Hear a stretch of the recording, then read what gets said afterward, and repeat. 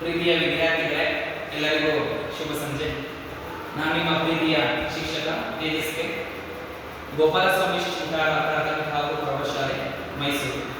ಮಕ್ಕಳ ಇಂದಿನ ತರಗತಿಯಲ್ಲಿ ಎಸ್ಎಲ್ಸಿ ಪರೀಕ್ಷೆಗೆ ಬರ್ತಕ್ಕಂತಹ 18 ಅಂಕಕ್ಕೆ ಬರುವಂತಹ ಸಂದರ್ಭ ಸ್ವಾರಸ್ಯವನ್ನು ಇವತ್ತಿನ ತರಗತಿಯಲ್ಲಿ ಹೇಳ್ತಾ ಹೋಗ್ತೇವೆ. ಮಕ್ಕಳೇ, ಸಂದರ್ಭಗಳು ಕೆಲವು ಪ್ರಶ್ನೆಗಳು ಇತ್ತೀಚಿನ ದಿನಗಳಲ್ಲಿ ಟೆಕ್ಸ್ಟ್ ಬುಕ್ಕಿನ ಮಧ್ಯಭಾಗದಲ್ಲಿ 5 ಕೊಟ್ಟಿದ್ದಾರೆ. ಇದರಿಂದ ಕೆಲವು ವಿದ್ಯಾರ್ಥಿಗಳಿಗೆ ಕನ್ಫ್ಯೂಷನ್ ಆಗಬಹುದು. ಆದ್ದರಿಂದ ಇವತ್ತಿನ ಕಾಲದಲ್ಲಿ ನಾನು ಶಬರಿ ಪಾಠ ಮತ್ತು ಸಂದರ್ಭವಿದೆ ಇವೆರಡರಲ್ಲಿ ಯಾವುದೇ ಸಂದರ್ಭವನ್ನು ಕೊಡಲಿ ಒಂದೇ ಉತ್ತರವನ್ನು ಬರಲಿಕ್ಕೆ ಹೇಳ್ಕೊಡ್ತೀನಿ. ಇದು ಎಲ್ಲ ವಿದ್ಯಾರ್ಥಿಗಳಿಗೂ ಅಲ್ಲ, ಯಾವ ವಿದ್ಯಾರ್ಥಿಗಳಿಗೆ ಕಷ್ಟ ಅಂತ ಅನ್ಸುತ್ತೋ ಅಂತಹ ವಿದ್ಯಾರ್ಥಿಗಳಿಗೆ ಮಾತ್ರ. ನೀವು ಚೆನ್ನಾಗಿ ಗೊತ್ತು ಸರ್ ನಿಮಗೆ ಇದ್ರೆ ಕರೆಕ್ಟ್ ಆನ್ಸರ್ ಬರಬೇಕು.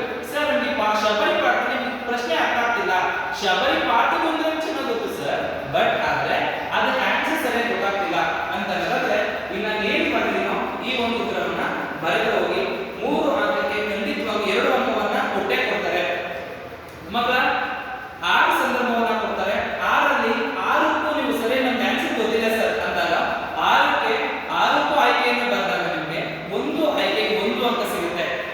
ಆಯ್ಕೆಗೆ 1 ಅಂಕ, ಸಂದರ್ಭಕ್ಕೆ 1 ಅಂಕ, ಸ್ವಾರಸ್ಯಕ್ಕೆ 1 ಅಂಕ. ನೀವು ಸಂದರ್ಭ ಸ್ವಾರಸ್ಯ ಬರೆದರೆ ಆಯ್ಕೆ ನಂಬರ್ 1 ಅಂಕ ಸಿಗುತ್ತೆ. ಆಯ್ಕೆ ಮತ್ತು ಸಂದರ್ಭವನ್ನು ಮಾಡಿದ್ರೆ 2 ಅಂಕ ಸಿಗುತ್ತೆ.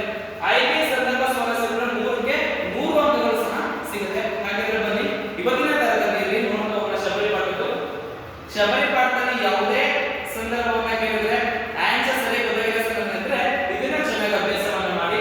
ಆಯ್ಕೆ ಈ ವಾಕ್ಯವನ್ನ ಕೂತಿನರವರು ಶಬರಿ ನಾಟಕದಿಂದ ಆಯ್ದ ಶಬರಿ ಎಂಬ ಗದ್ಯ ಭಾಗದಿಂದ ಆಯ್ಕೆ ಮಾಡಿಕೊಳ್ಳಲಾಗಿದೆ.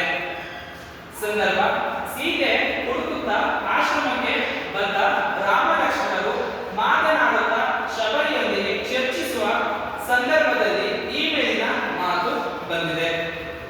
ಸ್ವಾರಸ್ಯ ಇಲ್ಲಿ ತಾಳಿದವನು ಬಾಳಿಯಾನು ಎಂಬ ಮಾತಿನಂತೆ ಶಬರಿಯ ಭಕ್ತಿ, ರಾಮನ ಸರಳತೆ ಇಲ್ಲಿ ಬಹು ಸ್ವಾರಸ್ಯಕರವಾಗಿ ಮೂಡಿ ಬಂದಿದೆ ಅಂತ ಬರೆದ್ರೆ ಶಬರಿ ಪಾಠದಲ್ಲಿ ಯಾವ ವಿದ್ಯಾರ್ಥಿಗಳಿಗೆ ಆಯ್ಕೆ ಸಂದರ್ಭ ಸ್ವಾರಸ್ಯ ಅದು ಬರಲಿಕ್ಕೆ ಬರಲ್ಲ ಅಂತ ಅನ್ಕೊಂಡಾಗ ಇಷ್ಟನ್ನ ಬರೆದ್ರೆ ಅಂಕಗಳು ಸಿಗುತ್ತೆ. ನಿಮ್ಗೆ ಕರೆಕ್ಟ್ ಪರ್ಫೆಕ್ಟ್ ಆಗಿ ಗೊತ್ತು ಆನ್ಸರ್ ಗೊತ್ತಾಗ ನೀವೇನು ಚಿಂತೆ ಮಾಡ್ಕೋಗಿಲ್ಲ, ಕರೆಕ್ಟ್ ಆನ್ಸರ್ ಬರುತ್ತೆ. ಸರ್ ನಿಮಗೆ ಈ ಪಾಠದ ಆನ್ಸರ್ ಗೊತ್ತಾಗಿಲ್ಲ ಸರ್ ಅಂದಾಗ ಏನು ಮಾಡಿ ಈ ಒಂದು ಉತ್ತರವನ್ನ ಬರೆದು ಹೋಗಿ ಖಂಡಿತವಾಗ್ಲೂ ನಂಬರ್ ಸಿಗುತ್ತೆ. ನಂತರ ಸಂಕಲ್ಪ ಗೀತೆ ಇದು ಈ ಒಂದು ಪದ್ಯ ಬರೆದ ಆಯ್ಕೆ.